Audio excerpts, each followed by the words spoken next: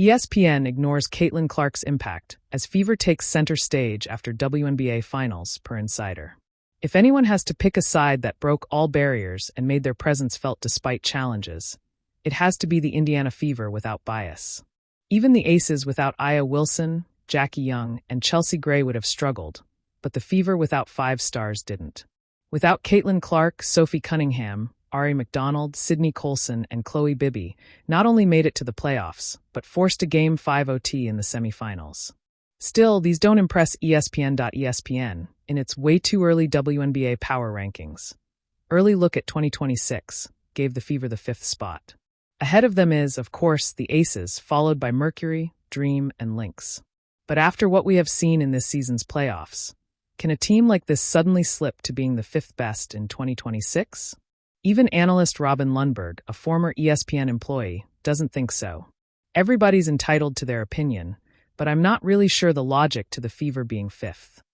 According to Robin, the report underestimates the impact of Caitlin Clark's return will have. I think people forget how good Caitlin Clark is because she was out. It certainly seems that way, and folks are trying to use an injury-riddled campaign or some shooting struggles when she was playing hurt against her to rub it in based on her popularity. But they're getting a transcendent generational talent back. A player who is the greatest offensive engine the sport has ever seen back. He further said, "There is an argument that calls Fever versus Aces semifinal felt like a finals." ESPN probably missed that. Even Becky Hammon in the presser post-win mentioned that the likes of Clark and Moore have uplifted the standards, which makes the Aces win one of a kind. The Fever are still discussed because more than Mercury. So, when Clark comes back, this Fever side is anything but 5th. Here's why. Caitlin Clark broke the WNBA assist record in her rookie season, 337 assists. While that was later broken by Alyssa Thomas in 2025, Clark did not get that same opportunity. Also, she remains the only rookie since 2008 to be named to the All-WNBA first team. That's how good she was. Her importance in this Fever side is immense.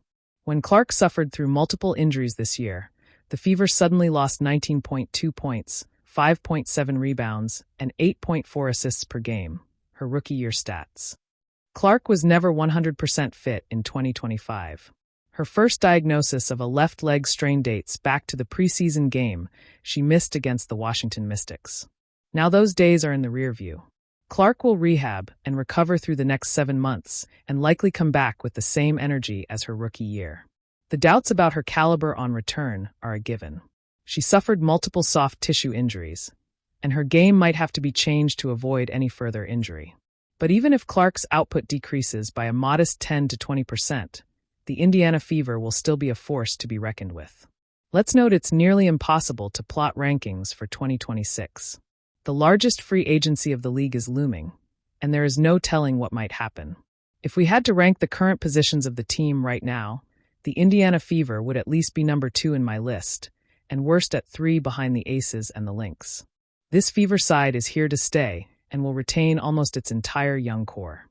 Clark and Boston are on their rookie contracts. Lexi Hull will be a restricted free agent, so the Fever can potentially pencil her into their 2026 squad. They will have to match any offer Hull receives from other teams, but it will be within their control.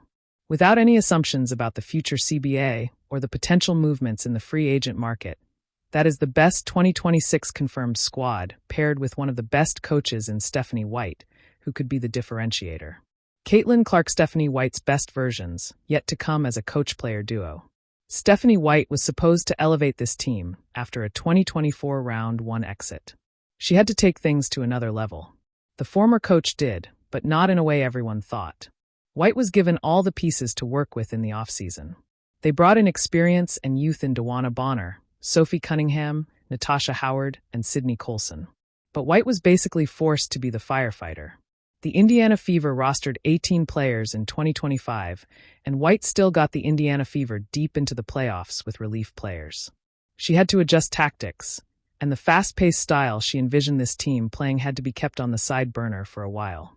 They still stayed true to that at times, but it never became what could have been.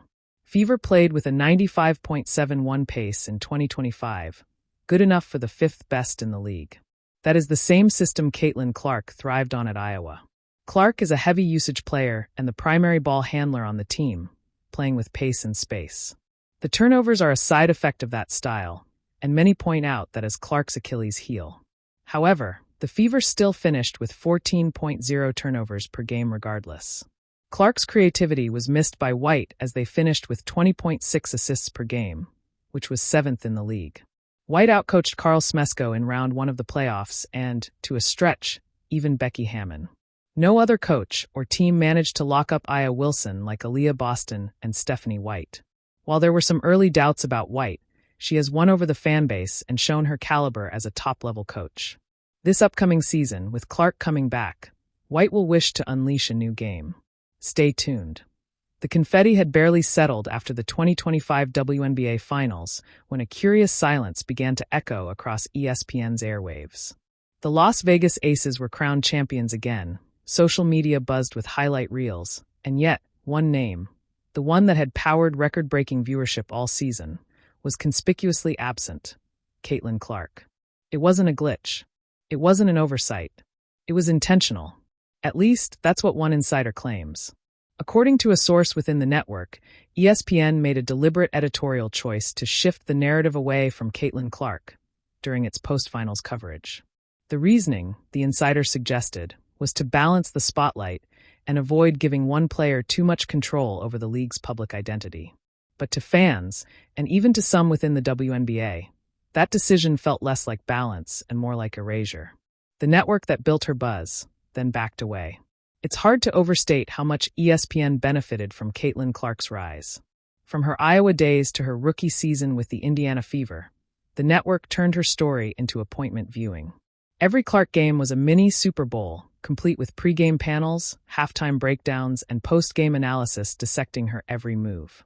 Clark was the conversation, not just in sports, but in culture.